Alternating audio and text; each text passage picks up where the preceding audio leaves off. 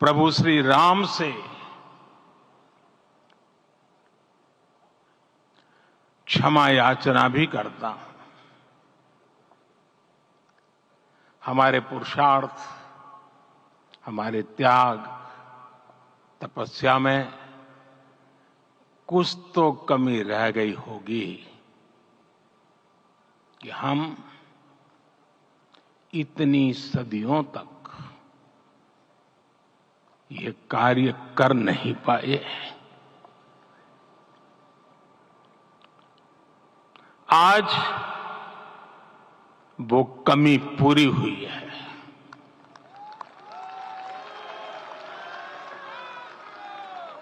मुझे विश्वास है प्रभु राम आज हमें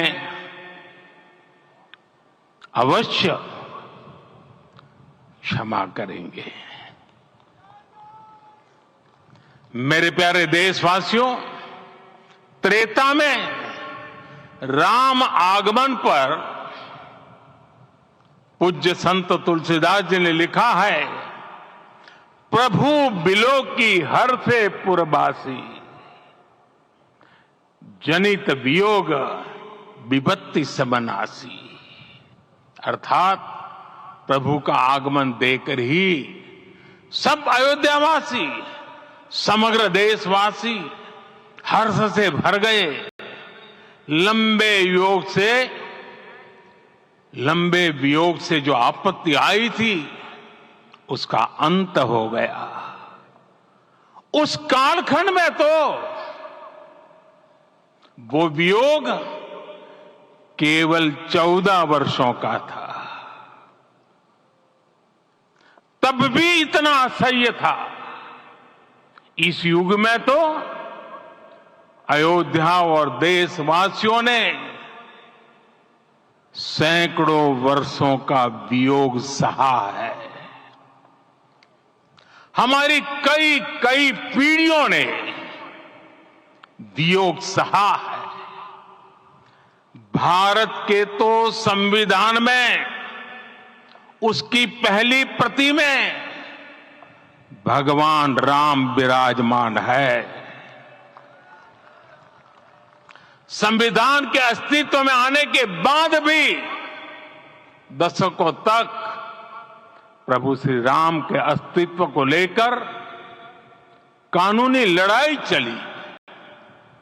मैं आभार व्यक्त करूंगा भारत की न्यायपालिका का, जिसने न्याय की लाज रख ली।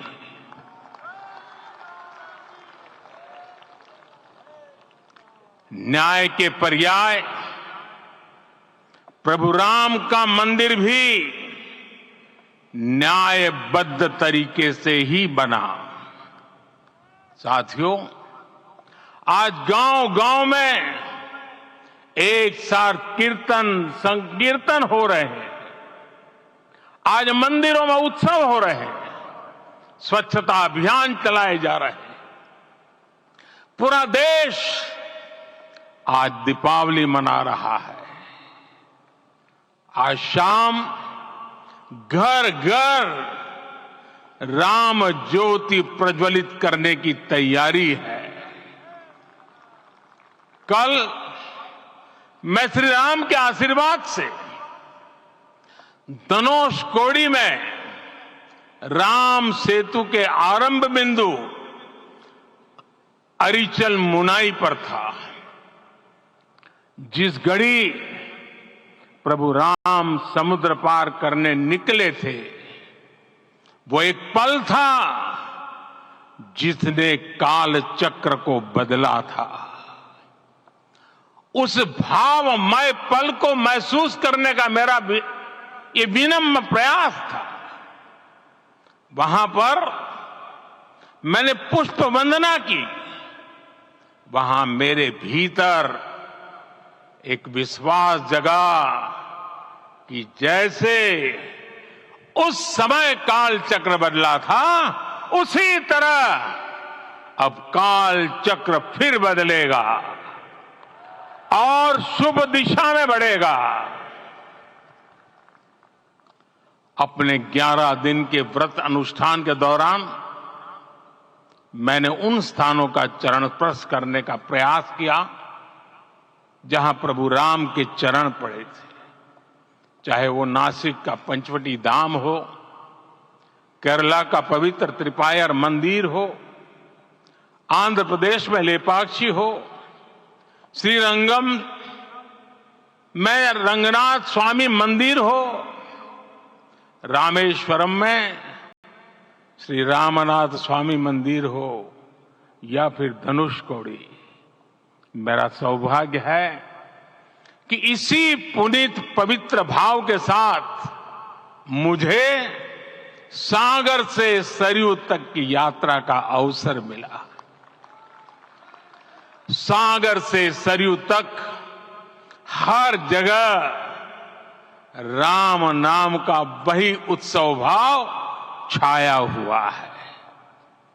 प्रभु राम तो भारत की आत्मा के कण कण से जुड़े हुए हैं।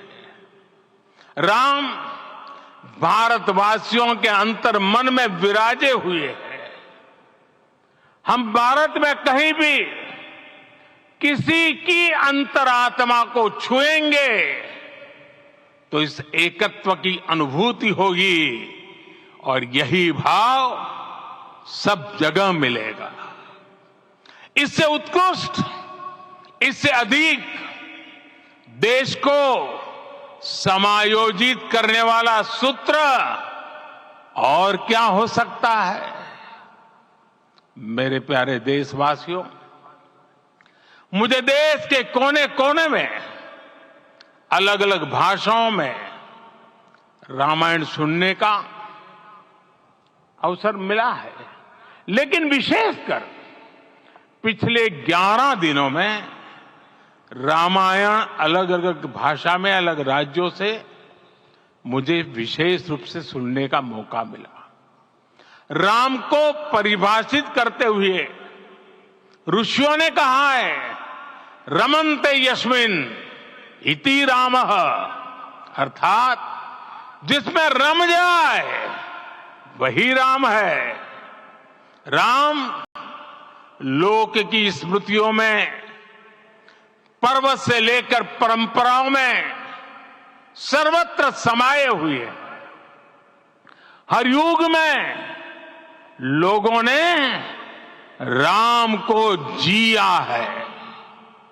हर युग में लोगों ने अपने अपने शब्दों में अपनी अपनी तरह से राम को अभिव्यक्त किया है और ये राम रस जीवन प्रवाह की तरह निरंतर बहता रहता है।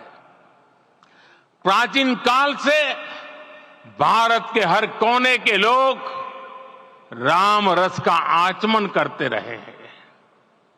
राम कथा असीम है और रामायण भी अनंत है। राम के आदर्श, राम के मूल्य, राम की शिक्षाएं सब जगह एक समान है। प्रिय देशवासियों, आज इस ऐतिहासिक समय में देश उन व्यक्तित्वों को भी याद कर रहा है जिनके कार्य और समर्पण की वजह से आज हम ये शुभ दिन देख रहे हैं।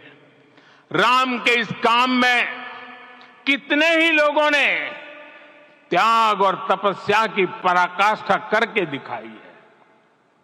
उन अनगिनत राम भक्तों के